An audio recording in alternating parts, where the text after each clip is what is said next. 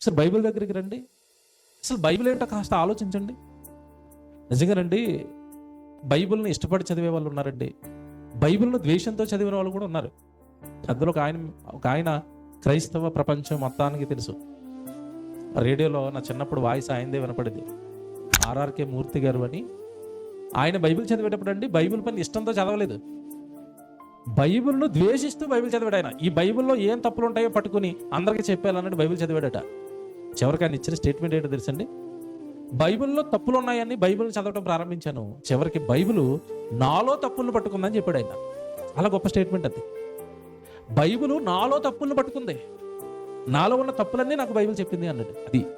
అది నిజం.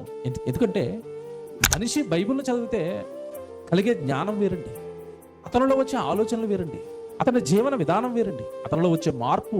అసలు ఈ ప్రపంచంలో నువ్వు ఏది జ్ఞానం అనుకుంటున్నావో, ఏ జ్ఞానం దగ్గరికి నువ్వు వెళ్ళినా బైబిల్ తెచ్చినంత మార్పు నీ జీవితంలో రాదు. మళ్ళీ చెప్తున్నాను, మత మార్పు కాదు, మనిషి మార్పు, మనసు మార్పు, వ్యక్తిత్వపు జీవితపు మార్పు.